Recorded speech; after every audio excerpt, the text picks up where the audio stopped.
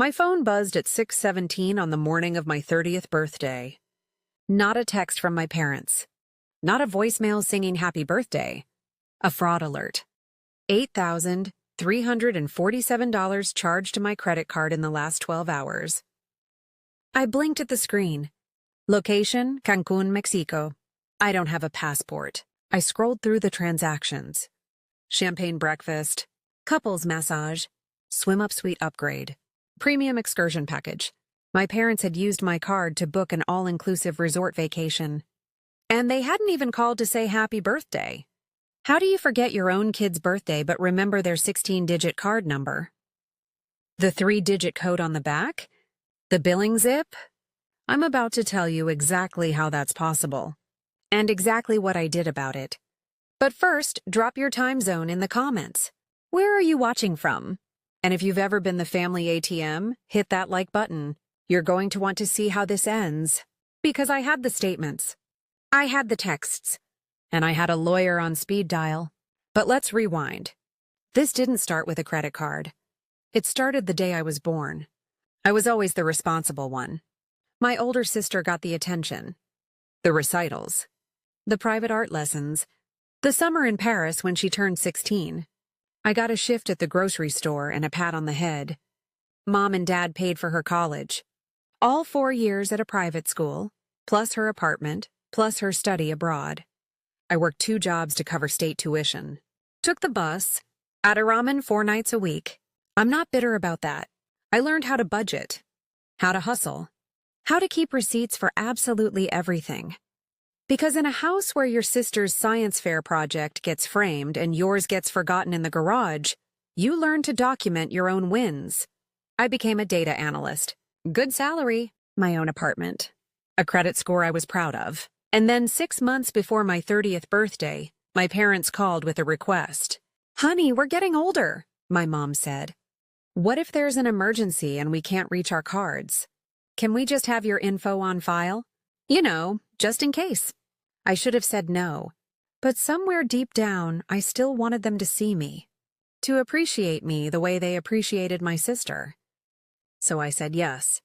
I even called my credit card company and set a $2,000 limit as a safety net. I kept a password-protected spreadsheet of every dollar I'd ever loaned them. Spoiler, I'd never been paid back. Not once. I saved every text, every email, every request. It's how I survived the chaos of being the invisible kid. I thought a credit limit would protect me. I was wrong. The morning of my birthday, I called them. My mom picked up on the 4th ring. I could hear reggaeton in the background, laughter, the clink of glasses. "Oh, honey, don't be so dramatic," she said before I'd even finished my sentence. "It's just a vacation. You make good money. You'll pay it off." My stomach dropped. "Mom, it's my birthday. And you maxed out my credit card." Silence. Then, "Your birthday? Oh, well, we'll send a card when we get back." This trip was non-refundable. Non-refundable. I heard my dad's voice in the background, loud and slurred. "After everything we did raising you, you can't cover one little getaway? Tell her to stop being selfish."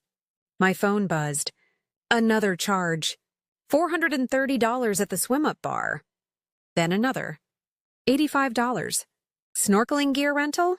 "We'll talk when we land on Sunday," my mom said. "Don't make a scene." Click. Sunday was 5 days away. I opened my banking app with shaking hands. The charges kept coming. Lunch, spa robes, premium tequila tasting, jet ski rental. Every single one of them posted in real time while I sat alone in my apartment, staring at a grocery store cake I'd bought for myself. Because no one else had remembered. They weren't done spending, and I wasn't done watching my credit limit climb higher and higher, like a countdown I couldn't stop. I called the bank's fraud department that afternoon. "I need to freeze my card. These charges aren't mine." The rep typed for a moment. Then she paused. "Ma'am, I'm showing that both authorized account holders approve these transactions." "I'm the only account holder," I said. "Our system shows 2 authorized users as of last month. You and, let me see, a Linda and a Robert added on the 15th. My parents. They'd added themselves without telling me. without my permission. "These are fraudulent," I said. "I didn't authorize that." "You'll need to file a police report for fraud, ma'am. Until then, the charges stand." A police report. Against my own parents. I hung up. 10 minutes later, my sister texted. Mom called me crying. "You're really going to ruin their one vacation? You're so selfish." An hour after that, my rent check bounced. Insufficient funds. My landlord sent a yellow notice under my door. I sat on my floor back against the couch, phone in my lap. I thought I'd lost. That I'd have to choose between my credit score and my family. That I'd be the bad guy no matter what I did. But here's the thing. I'm a data analyst, and I keep backups of everything. I opened my laptop, and I started building a case. I logged into my credit card account and downloaded everything. Full transaction history, account settings, user authorization forms. Then I pulled up the authorized user request that had been filed. It had a signature. My signature? Except it wasn't. I opened the scan side by side with my actual signature from my lease, my tax return, my employee onboarding. Different slant, different loop on the L. The tail on the Y was wrong. They had forged it. I took screenshots, timestamped them, saved them in 3 places, including a secure cloud folder with 2-factor authentication. Then I sorted the charges by time. 6:42 a.m. on my birthday, $160. Champagne breakfast for 2. 9:15 a.m., $890. Couples massage, noon, $2,100. Swim-up suite upgrade. I made a spreadsheet. 31 transactions over 5 days. Not one of them was an emergency. No hospital bill. No car repair. No urgent flight home. Just luxury, just leisure.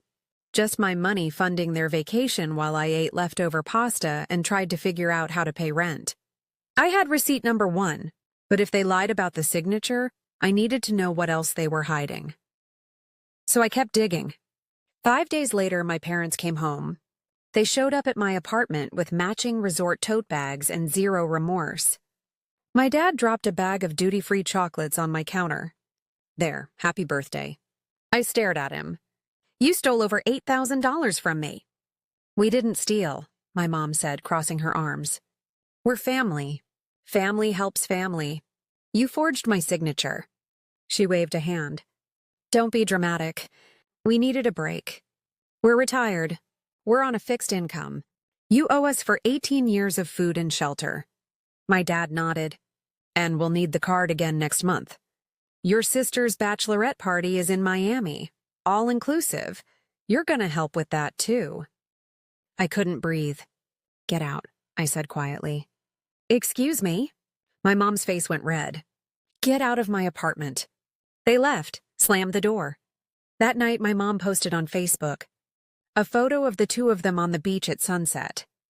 The caption read, "Grateful for this time together. Sad that some of our children don't appreciate the sacrifices we made." 37 likes in an hour. 4 cousins sent me messages calling me selfish, cruel, ungrateful. My sister sent a group text to the family. "If she doesn't apologize and pay them back, she's not in my wedding." 2 days later, a letter arrived from a lawyer. Their lawyer? Cease and desist. Stop making defamatory statements about our clients or face civil action. They thought I'd fold. They didn't know I'd already called a lawyer of my own. My lawyer's name was Karen. She specialized in financial abuse and family law. I sent her everything. The statements. The screenshots. The forged signature. 3 days later, she called me. "You need to see this."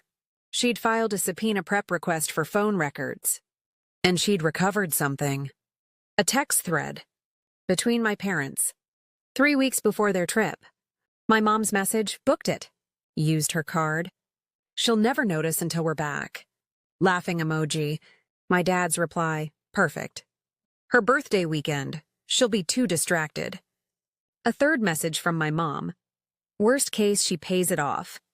She makes twice what we ever did. Premeditated. They had planned it. Down to the weekend. Down to my birthday. But Karen wasn't done.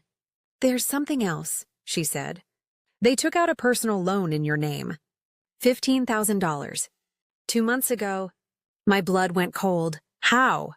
Stolen Social Security number. Forged employer signature on the income verification. It's identity theft. Not just a misused credit card. A felony. I sat in silence, staring at the proof on my screen. Receipt number 2. And suddenly it was clear. I wasn't their daughter.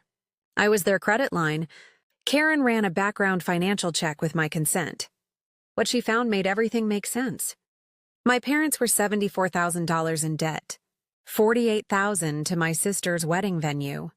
$12,000 on a co-signed car loan for her. $14,000 for the lease buyout on her boutique that failed after 6 months. All of it co-signed. All of it guaranteed with my income listed as family support on the applications. They had been using my name, my credit, my salary as phantom collateral for months. And the all-inclusive trip? Karen pulled up a draft bankruptcy petition on their laptop metadata, forwarded by their own attorney in Discovery. Filed 2 weeks before the trip. The vacation had been charged entirely to my card, so it wouldn't show up on their asset disclosure. So the bankruptcy trustee couldn't claw it back. They had planned their last hurrah, on my dime, on my birthday, and then they were going to walk away from all of it, leaving me holding the bag. I sat at Karen's desk, staring at the spreadsheet. $74,418. You're not their child, Karen said quietly. You're collateral. I looked up at her. What do I do? She slid a folder across the desk. We fight back. Now I knew exactly what to do. I sat across from Karen in her office. My hands were steady for the first time in weeks. I want every fraudulent charge reversed, I said. And I want a paper trail that protects me from this ever happening again. Karen nodded. We'll file an identity theft affidavit with the FTC today. Police report tomorrow. Then we file a civil suit for restitution and damages. And if they contact me? We petition for a restraining order. Any harassment works in our favor. I took a breath. Do it. That night I wrote one message. I sent it to the family group chat. My parents, my sister, my aunts and uncles. It was 3 sentences. I have reported identity theft and fraud to the police and the FTC. I'm attaching the statements, the forged documents, and the text thread. I will not be discussing this further. I attached everything. Then I hit send. And I blocked every single one of them. No yelling, no crying, no scene. Just documents. Just boundaries. Karen sent me one final email that night. This will take about 60 days. Stay quiet. Stay off social media. Let the system work. I closed my laptop. I didn't want revenge. I just wanted my name back. 63 days later, I got an email. Subject line, claim approved. The bank had completed their fraud investigation. All charges reversed. $8,347 credited back to my account. My parents' names flagged across the credit bureau network. They'd never be able to add themselves as authorized users on anyone's account again. I exhaled for the first time in 2 months. 1 week later, the district attorney's office called. Your parents have opted for pretrial diversion. They'll admit to the fraud, pay full restitution, and serve 18 months of probation. And if they violate probation? Felony prosecution. This stays on their record either way. I thanked her and hung up. Receipt drop number 2. Pretrial diversion agreement. Restitution total, $11,240. Non-contact clause included. The civil hearing was set for a Wednesday morning in a small county courthouse. I wore a gray suit. Karen sat beside me. My parents walked in with a public defender. They didn't look at me. The judge read the findings aloud. Fraudulent use of Social Security number. Forged authorization documents. Premeditated financial exploitation. She looked over her glasses at my parents. Judgment for the plaintiff. Restitution in the amount of $11,240 to be paid over 24 months via wage garnishment. Permanent restraining order granted. The gavel fell. My parents stood. They walked out in silence. No tears. No apologies. Nothing. My sister got married 3 months later. I wasn't invited. I didn't go. But 6 months after that, she sent a text. Just one line. I saw the court documents. I didn't know. I'm sorry. I read it twice. I didn't reply. Not yet. Maybe someday. But that day wasn't today. The case was over. And I didn't feel victorious. I just felt free. For the first 11 months, the restitution checks came like clockwork. $468.33. Every month. Then month 12, nothing. The wage garnishment kicked in automatically. They couldn't stop it even if they tried. My credit score climbed slowly, then all at once. 580, 640, 720. 14 months after the judgment, I got a pre-approval for a mortgage. Something I thought I'd lost forever. My sister sent a handwritten letter about 8 months after her wedding. 3 pages, front and back. I saw the loan paperwork when I was cleaning out their garage. I didn't know they used your name for my wedding venue, for my car, for my boutique. I'm so sorry. I wrote back one line. Thank you. I need time. I didn't go to Thanksgiving that year. Or Christmas. I spent the holidays with friends. People who showed up when I needed them. People who didn't ask me to set myself on fire to keep them warm. I started therapy. Weekly sessions with a woman named Dr. Patel who taught me that love isn't supposed to cost you your peace. Or your credit score. 6 months ago I launched a blog. Anonymous. Simple layout. The title, Financial Abuse is Still Abuse. I posted template letters for disputing fraud. Step-by-step FTC instructions. Scripts for setting boundaries with family. The first comment I ever got said, "You saved me." Thank you. I cried when I read it. My parents still live 2 towns over. I hear updates sometimes through distant cousins. They're fine. Smaller house. Still together. Still in debt, I'm sure. I don't feel anger anymore when I hear their names. I don't feel anything. And that's okay. Because here's what I learned. You don't owe anyone access to your life, or your credit, or your peace just because you share DNA. Boundaries aren't cruel. They're survival. So here's my question for you. Have you ever had to choose between family and your own financial safety? What did you do? Drop your story in the comments. You're not alone. And if this helped, hit that subscribe button. Because everyone deserves to know their worth isn't measured by what they give up. I'm still here. I'm still whole. And my credit score? It's higher than it's ever been. Oh, and one last thing. This story is a fictionalized dramatization. It's not legal or financial advice. If you're in a situation like this, talk to a real attorney or a financial counselor in your area. But know this, you deserve better, and you have more power than you think.